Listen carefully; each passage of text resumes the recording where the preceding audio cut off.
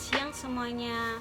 Perkenalkan, nama saya Aidan Airena Tawalura dengan NPM 1211410200054. Saya adalah mahasiswa keperawatan Universitas Kristen Indonesia Maluku.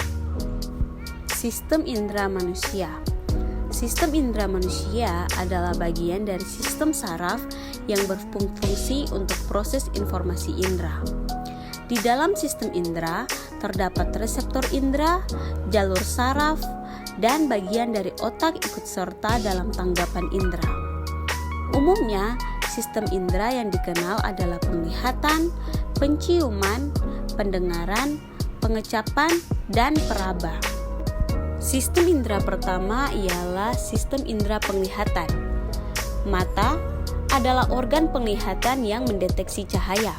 Yang dilakukan mata yang paling sederhana adalah hanya mengetahui apakah lingkungan sekitarnya adalah terang atau gelap. Mata yang lebih kompleks dipergunakan untuk memberikan pengertian visual. Fungsi mata adalah menerima rangsangan berkas cahaya pada retina dengan perantaraan serabut nervus opticus dan menghantarkan rangsangan ini ke pusat penglihatan pada otak untuk ditafsirkan. Organ mata terbagi atas dua, yaitu organ luar dan juga organ dalam. Pada organ luar yang dikenal dengan organ oculi accessoria terdapat alis mata, bulu mata, rongga mata, kelopak mata, kelenjar air mata, otot mata, dan juga selaput bening mata. Sedangkan pada organ dalam terdapat kornea, iris dan pupil, lensa, sklera, koroid, retina, badan siliaris, dan juga saraf optik. Yang kedua adalah sistem indera pendengaran. Telinga merupakan alat penerima gelombang suara atau gelombang udara, kemudian gelombang mekanik ini diubah menjadi impuls pulsa listrik dan diteruskan ke korteks pendengaran melalui saraf pendengaran. Telinga merupakan organ pendengaran dan keseimbangan. Telinga manusia menerima dan mentransmisikan gelombang bunyi ke otak, di mana bunyi tersebut akan dianalisa dan diinterpretasikan. Anatomi telinga terbagi menjadi 3 bagian utama, yakni telinga bagian luar yang terdiri dari daun telinga dan liang telinga, telinga bagian tengah. Bagian ini meliputi tulang martil, tulang landasan, dan tulang sanggurdi. Kemudian telinga bagian dalam yang meliputi koklea, vestibulum, dan 3 saluran berbentuk semisirkular atau setengah lingkaran.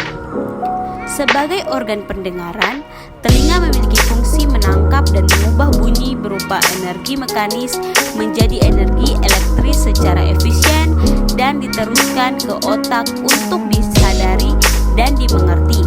Telinga memiliki reseptor khusus untuk mengenali getaran bunyi. Yang ketiga adalah sistem indera penciuman. Anatomi hidung tersusun dari beberapa bagian yang saling mendukung guna menciptakan mekanisme kerja yang optimal. Jika salah satu bagian tersebut terganggu, fungsi hidung sebagai organ penciuman dapat terganggu. Penciuman yaitu lubang hidung. Lubang hidung terdapat pada manusia ada 2 buah lubang dan keduanya berfungsi sebagai pelindung hidung dari ancaman yang datang dari luar. Kemudian, lubang hidung juga berperan sebagai penentu ukuran sesuatu yang dapat masuk ke dalam hidung, dan lubang hidung juga langsung berkaitan dengan rongga hidung. Anatomi dari lubang hidung yaitu septum yang merupakan pemisah yang ada di antara kedua lubang hidung, kemudian bulu hidung yang merupakan bagian yang terdiri dari rambut-rambut halus yang memiliki fungsi sebagai penyaring udara yang masuk, dan juga rongga hidung yang terletak pada bagian belakang cuping hidung dan berperan sebagai saluran pembersih utama bagi udara yang masuk menuju paru-paru. Selanjutnya ada sinus hidung. Sinus hidung berperan sebagai pelembab dan penyaring udara, menjaga pertukaran udara di daerah hidung, memaksimalkan kualitas udara, dan memproduksi lendir yang mengalir di dalam hidung. Kemudian ada saraf hidung.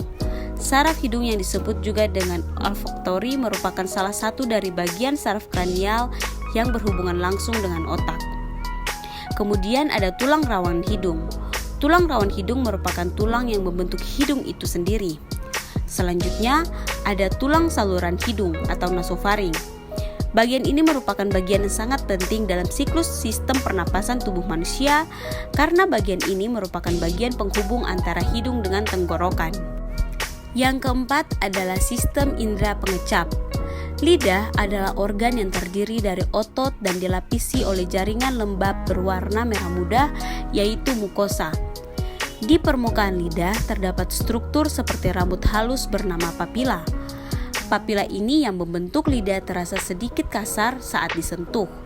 Di atas papila terdapat ribuan sel pengecap serupa saraf yang menghubungkan saraf lidah dengan reseptor otak. Ukuran rata-rata lidah laki-laki adalah 8,5 cm, sedangkan lidah perempuan 7,9 cm. Tercatat, ukuran lidah manusia terpanjang mencapai 10,1 cm. Pengecap yaitu lidah. Lidah adalah organ yang dilapisi selaput lendir yang terlihat kasar. Namun tekstur dari permukaan lidah yang kasar ini terdiri dari banyak benjolan kecil yang disebut papila. Lidah adalah indera pengecap manusia yang dapat mengecap rasa. Secara garis besar, permukaan lidah bisa dibagi menjadi 3 bagian, yaitu ujung dan tepi lidah, punggung lidah, dan pangkal lidah. Macam-macam fungsi lidah.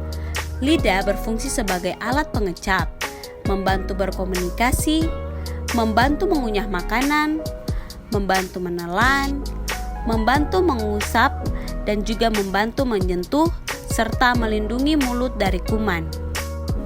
Selanjutnya adalah sistem indera peraba. Kulit merupakan indera peraba yang di dalamnya terdapat ujung saraf peraba. Bagian paling peka adalah ujung jari dan bibir. Kulit dapat membedakan kasar, halus, panas, dingin, dan sakit. Kulit adalah organ terluar dari tubuh yang melapisi seluruh tubuh manusia. Kulit adalah organ yang memiliki banyak fungsi, seperti sebagai pelindung tubuh dari berbagai hal yang dapat membahayakan, berperan dalam ekskresi, dan pengatur suhu tubuh. Secara umum, kulit memiliki 2 lapisan, yaitu epidermis atau kulit ari dan dermis atau kulit janggat. Lapisan dermis adalah lapisan luar yang terus berganti, tipis, dan tidak mempunyai pembuluh darah ataupun sel saraf. Sedangkan lapisan dermis ada letaknya di bawah epidermis, terdiri atas sel-sel yang longgar dengan letak yang berjauhan dan mengandung pembuluh darah. Pada bagian kulit terdapat reseptor khusus untuk membedakan sentuhan, tekanan, temperatur panas atau dingin, dan juga rasa sakit atau nyeri. Baik teman-teman, sekian video penjelasan saya mengenai sistem perinderaan manusia. Sekian dan terima kasih.